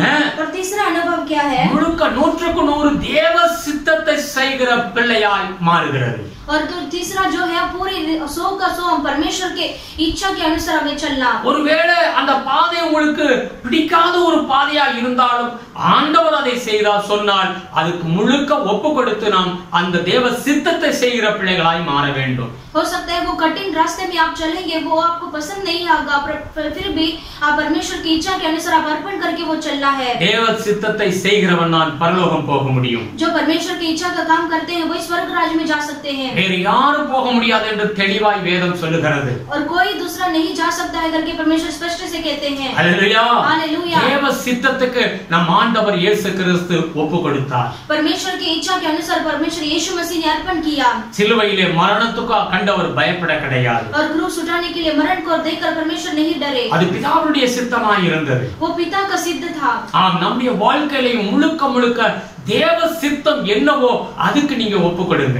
हमारे जीवन में परमेश्वर का क्या सिद्ध है करके उसे जानकर उसे पूरी तरह से अर्पण कीजिए. நான்காவது அனுபவம் और चौथा अनुभव மூழ்குகிற அனுபவம். और जो है उसमें डूबना अनुभव है. நீச்சல் ஆழமுள்ள இடத்துக்கு நாம் போகிறது. और जो तैरने की जगह में हमें लेकर जाने वाला गहराई. हालेलुया. हालेलुया. அதுதான் தேவ ஆவியினால் நடத்தப்படுகிற ஒரு அனுபவம். और वही पवित्र आत्मा के जरिए हमें चलाने वाले हैं. ஒரு மனிதன் அந்த நிலைமைக்கு போகும் பொழுது ஆண்டவர் அற்புதமாய் அவனை நடத்துவார். और जब एक मनुष्य उस ऐसे गहरे तक वो जाएगा परमेश्वर से अद्भुत रीति से परमेश्वर चलाएंगे. ஆண்டவருடைய விருப்பம் இதுதான், அந்த நீச்சல் ஆழத்துக்குள்ளாக என் பிள்ளைகள் கடந்து வர வேண்டும் என்று சொல்லி. और परमेश्वर का यही चाहत है कि वो मेरा बच्चे जो है वो ऐसे गहराई में चलना है. எல்லாரும் நம்ம ஒப்பு கொடுப்போமா? क्या हम अर्पण करेंगे அந்த परमेश्वर நீச்சல் ஆழ அனுபவம் எனக்கு வேண்டும் ஆண்டவரே. वो तैरने का अनुभव मुझे चाहिए प्रभु. தேவ ஆவியானவர் என்னை நடத்த வேண்டும் ஆண்டவரே. परमेश्वर का आत्मा मुझे चलाना है. எப்படி இஸ்ரவேல் ஜனங்களை மேக ஸ்தம்பமாகவும் இரவு அக்னி ஸ்தம்பமாக இருந்து ராத்திரி பகலாய் நடத்தினதை போல தேவ ஆவியானவர் என்னை நடத்த வேண்டும். और जिस तरीके के इस्राएल लोगों को परमेश्वर ने रात दिन ऐसे अग्नि का खंभा मेघ खंभा करके परमेश्वर ने संभाला, वैसे मुझे संभालना है. என் வாழ்க்கையை முழுக்க உம்முடைய கரத்தில் ஒப்புக்கொடுக்கிறேன். मेरे जीवन को पूरी रीति से अर्पण करता हूं. நான் அல்ல ஆண்டவரே, मैं नहीं प्रभु, நீரே இருந்து நடத்த வேண்டும். आप ही रहकर मुझे चलाना அந்த है. ஆழத்துக்குள்ளாய் என்னை கொண்டு செல்லும். उस गहरे में प्रभु हमें चलाइए. எத்தனை பேர் விரும்புகிறீர்கள்? कितने जन चाहते हैं? அந்த நீச்சல் ஆழத்துக்குள்ளாய் ஆண்டவர் நடத்த ஆண்டவர் விரும்புகிறார். वैसे गहरे में तैरने के लिए परमेश्वर इस सब चलाने के लिए अर्पण कीजिए. உங்களை ஒப்பு கொடுக்கிறீர்களா? क्या हम अर्पण करेंगे? இந்த காலை வேளை எல்லாரும் ஒப்பு கொடுங்க. इस सुबह के समय में हम सब अर्पण करेंगे. கணுக்கால் அளவு அல்ல ஆண்டவரே, टखनों तक नहीं प्रभु, முழங்கால் அளவு அல்ல ஆண்டவரே, घुटनों तक नहीं प्रभु, இடுப்பல் அளவு அல்ல ஆண்டவரே, कमर तक नहीं प्रभु. அந்த நீச்சல் ஆழத்தில் மூழ்க வேண்டும் அப்பா. और परमेश्वर तैरने के योग्य हमें डूबना है நான் நீந்த प्रभु. வேண்டும் ஆண்டவரே. हमें तैरना है प्रभु. என்னை ஒப்பு கொடுக்கிறேன் ஆண்டவரே. मैं अपने आप को अर्पण करता என்னை அங்கே हूँ. கொண்டு செல்லும் ஆண்டவரே. मुझे वहां पर ले चलिए எல்லாரும் प्रभु. அப்படியே ஒப்பு கொடுங்க. आइए हम सब अर्पण करेंगे. ஆண்டவர் உங்களை அப்படி அந்த அனுபவத்தில் கொண்டு போக அவர் விருப்பமாக இருக்கிறார். परमेश्वर वो अनुभव में लेकर जाने के लिए परमेश्वर आपसे चाहते हैं. நீங்க ஆயத்தமாயிருங்க. आप तैयारी के साथ रहिए. அந்த நதி எப்படிப்பட்ட ஒரு நதி? वो नदी किस तरीके का नदी है? அது தேவ சமூகத்துல ஆனந்தத்தையும் மகிழ்ச்சியும் கொண்டு வந்து விடும். वो परमेश्वर के सम्मुख में वो आनंद और खुशी को लेकर आएगा. உங்க வாழ்க்கையில சந்தோஷத்தை மகிழ்ச்சியும் கொண்டு வந்து விடும். आपके जीवन में और ऐसे शांति और आनंद लेकर அந்த आएगा. நதி எங்கெல்லாம் போகிறதோ அங்கே பெரிய சந்தோஷத்தை கொண்டு வந்து விடும். और वो नदी कहां पर भी वो बहता है वहां पर खुशियां मिलती है. அதுதான் பரிசுத்த ஆவியின் நதி. और वही पवित्र आत्मा का नदी அந்த है. நதி உங்களுக்குள்ளே ஓடுகிறது என்று ஆண்டவர் சொல்லுகிறார். वो नदी आज आपके अंदर से बह रहा है करके परमेश्वर कहते हैं. நீங்க எங்க போகிறீர்களோ அங்கெல்லாம் சந்தோஷம் உண்டாகும். आप कहां पर ऊपर में जाएंगे वहां पर खुशी मिलेगा। உங்க உறவினர் வீட்டுகளுக்கு நீங்க போகும் பொழுது அங்கே ஒரு மகிழ்ச்சி உண்டாகிவிடும். जब आप अपने रिश्तेदार के घर में जाएंगे वहां पर खुशी मिलेगा। கர்த்தர் உங்களோடு கூட இருந்து அந்த அனுபவத்துக்குள்ளாய் உங்களை நடத்த போகிறார். परमेश्वर आपके साथ रहकर वो अनुभव में आपको चलाएंगे। இந்த செப்டம்பர் மாதம் உங்களுக்கு இப்படிப்பட்ட அனுபவத்தில் தேவன் நடத்த போகிறார். ये सितंबर महीने में परमेश्वर इस तरीके का अनुभव में आपको चलाएंगे। இந்த காலை வேளை முழுவதும் ஒப்புக்கொடுங்க. इस सुबह के समय में अपने आप को पूरी तरह से सरेंडर करेंगे। எல்லாவற்றையும் ஒப்புக்கொடுங்க. अपने सारे परमेश्वर को अर्पण करेंगे। கர்த்தருடைய சத்தியத்திலே நடப்பேன் என்று ஆண்டவருக்கு வாக்கு கொடுங்க. परमेश्वर के सत्य में चलूंगा करके प्रभु को वादा कीजिए। சின்ன காரியமோ பெரிய காரியமோ தேவன் என்ன சொல்லுகிறாரோ அந்த சத்தியத்துக்கு நான் கம்ப்ளீட்டா ஒப்புக்கொடுக்கிறேன் ஆண்டவரே. छोटा कार्य हो या बड़ा कार्य हो परमेश्वर के सिद्ध के अनुसार मैं पूरी रीति से अर्पण करता हूँ। ஜெபத்தை ஒரு நாள் நான் விட மாட்டேன் ஆண்டவரே. मैं प्रार्थना को कभी भी नहीं छोड़ूंगा प्रभु। முழங்கால் படியிட்டு நான் ஜெபம் பண்ணுவேன் ஆண்டவரே. मैं घुटने टेककर मैं प्रार्थना करूंगा परमेश्वर। வாழ்க்கையில் எத்தனை தடைகள் வந்தாலும் இந்த ஜெபத்தை கொண்டு தடைகளை எல்லாம் தாண்டுவேன் ஆண்டவரே. मेरे जीवन में कितना भी कठिनाई आने दो प्रभु मैं प्रार्थना के जरिए उसे मैं पार करूंगा प्रभु। எத்தனை பிரச்சனைகள் வந்தாலும் இந்த ஜெபத்தை கொண்டு பிரச்சனைகளை எல்லாம் வெற்றியாய் நான் மாற்றுவேன் ஆண்டவரே. कितने भी ऐसी कठिनाई या मुसीबत आने दो प्रभु ये प्रार्थना के जरिए प्रभु उस मुसीबत से मैं पार करूंगा प्रभु। மூன்றாவதாக ஆண்டவரே நான் தேவ சித்தத்துக்கு அப்படியே நான் கீழ்ப்படிந்து செய்வேன் ஆண்டவரே. तीसरा जो है परमेश्वर की सिद्ध के अनुसार मैं ऐसे अर्पण करूंगा। உம்முடைய சித்தத்தை மாத்திரமே செய்ய என்னை ஒப்புக்கொடுக்கிறேன் ஆண்டவரே. सिर्फ आपकी सिद्ध करने के लिए मैं अपने आप को अर्पण करता हूँ। என்னை முற்றிலும் ஒப்புக்கொடுக்கிறேன் ஆண்டவரே. मैं अपने आप को अर्पण करता हूँ। நான்காவதாக தேவ ஆவியானவருக்கு என்னை முற்றிலும் அவர் நடத்த ஒப்புக்கொடுக்கிறேன். और जो चौथा जो है पवित्र आत्मा के लिए मैं पूरी तरीके से अर्पण करता हूँ। ஆண்டவரே நடத்தும் ஆண்டவரே. परमेश्वर आप चलाइए। இந்த சத்திய வார்த்தைகளை கேட்கொண்டிருக்கிற பிள்ளைகளை ஆசீர்வதிங்க ஆண்டவரே. ये सत्य वचन को सुनते हैं आपके बच्चों को आशीष कीजिए। ஒவ்வொரு குடும்பத்தையும் ஆசீர்வதிங்க. हर एक परिवार को आशीष कीजिए। ஆவியில நிரப்புங்க ஆண்டவரே. आपकी आत्मा में भर रही है இந்த प्रभु। கடைசி நாட்கள்ல மாம்சமான யாவர் மேலும் என் ஆவியை ஊற்றுவேன் என்று சொல்லி இருக்கிறீர் ஆண்டவரே. परमेश्वर के अंतिम दिन में प्रभु जो शरीर में जो प्रभु मांस है प्रभु उन सभी लोगों के ऊपर में अपनी आत्मा को उंडेलूंगा करके आपने कहा प्रभु। அபிஷேகம் ஆண்டவரே. अभिषेक कीजिए प्रभु। ஆவியில நிரப்புங்க ஆண்டவரே. आत्मा में भरी है परमेश्वर। இயேசுவின் நாமத்திலே यीशु मसीह के नाम இந்த से பரிசுத்த ஆவியின் 4 அனுபவங்களை இவர்கள் நன்கு அறிந்து நடக்க உதவி செய்யுங்க ஆண்டவரே. ये पवित्र आत्मा के जरिए परमेश्वर ये 4 अनुभव प्रभु उनको मिलने दो प्रभु। பரிசுத்த ஆவியானவர் மூலமாய் கொடுக்கிற அந்த சந்தோஷம் மகிழ்ச்சியும் இவர்கள் வாழ்க்கையில இருதயத்துல நிரம்பி இருக்க உதவி செய்யுங்க ஆண்டவரே. पवित्र आत्मा के जरिए परमेश्वर जो मिलने वाला आनंद और खुशी प्रभु उनके मन में प्रभु बह निकले दो प्रभु। கோடி கோடி ஸ்தோத்திரம் ஆண்டவரே. कोटि कोटि स्तुति हो प्रभु। எங்களோடு பேசி இருக்கிறீர் அப்பா. प्रभु आपने हमसे बात किया है। உம்முடைய பிள்ளைகளோடு பேசி இருக்கிறீர் ஆண்டவரே. अपने बच्चों से आपने बात किया है प्रभु। ஒவ்வொரு பிள்ளைகளையும் ஆசீர்வதிங்க. हर एक बच्चों को आशीष कीजिए। எங்களோடு ஆண்டவரே கலந்து கொண்டு இந்த ஆராதனையில் அந்த செய்தி வேளையில கலந்து இருக்கிற ஒவ்வொரு பிள்ளைகளையும் ஆசீர்வதிங்க. इस समय में आराधना में परमेश्वर जो हमारे साथ हिस्सा लेकर प्रभु हिस्सा लिया है प्रभु उन सभी लोगों को आशीष कीजिए। ஆசீர்வதிக்கிறோம். आशीष करते அவர்கள் हैं। தேவைகள் சந்திக்கப்படட்டும். उनकी सारी जरूरत पूरा होने दो प्रभु। குடும்பத்துல சமாதானம் மகிழ்ச்சி இருக்கட்டும். परिवार के अंदर समाधान शांति होने दो प्रभु। பெரிய காரியங்களை செய்யுங்க. बड़े कार्यों को कीजिए। உம்முடைய கரத்தில் ஒப்புக்கொடுக்கிறேன். आपके हाथों में सौंपते हैं। ஆசீர்வதிங்க. आशीष कीजिए। துதி கனம் மகிமை உமக்கே செலுத்துகிறோம். स्तुति आदर महिमा गौरव आपको ही हम देते हैं। இயேசு கிறிஸ்துவின் நாமத்தில் வேண்டுதல் செய்கிறோம் பிதாவே. यीशु मसीह के नाम से प्रार्थना करते हैं। ஆமென். आमेन। ஹalleluya. हालेलुया। கர்த்தர் அப்படியே உங்களுக்கு ஆசீர்வாதத்தை கொடுத்து நடத்துவார். परमेश्वर ऐसे ही वो आशीष देकर आप चलाएंगे। இந்த செப்டம்பர் மாதம் இந்த ஆவிக்குரிய அனுபவத்தில் தேவன் உங்களை நடத்த போகிறார். ये सितंबर महीने में परमेश्वर आपको आत्मिक रीति में परमेश्वर चलाएंगे। முழுவதும் அவருடைய கையில உங்களை ஒப்புக்கொடுத்துருங்க. पूरी रीति से परमेश्वर के हाथ में सौंप दीजिए। எனக்கு பாருங்க இந்த பரிசுத்த ஆவியார் உங்களுக்கு மகிழ்ச்சியை கொண்டு வருவார். फिर देखिए ये पवित्र आत्मा आपको मगन और आनंद लेके आएगा। हालेलुया। हालेलुया। हम எல்லாரும் ஆசீர்வாத ஜெபத்தை சொல்லுவோம். हम सब में जो बोलता हूँ उसे आप कहिए। हे मेरे मन हे मेरे मन यहोवा को धन्य करे यहोवा को धन्य और जो कुछ मुझ में है और जो कुछ मुझ में वो है उसके उसके पवित्र नाम के पवित्र नाम के धन्य करे। धन्य करे। हे मेरे मन हे मेरे मन यहोवा को धन्य करे यहोवा को धन्य और करे उसके और उसके किसी उपकार को किसी उपकार को ना भूलना। ना भूलना। आमीन। आमीन। प्रभु यीशु मसीह का अनुग्रह, पिता परमेश्वर का प्यार, पवित्र आत्मा का सदा सौभाग्य प्रभु यीशु मसीह का आगमन दूसरा आगमन तक होते रहो। आमीन। Hallelujah. Hallelujah. Hallelujah. Hallelujah. Hallelujah. Hallelujah. God bless.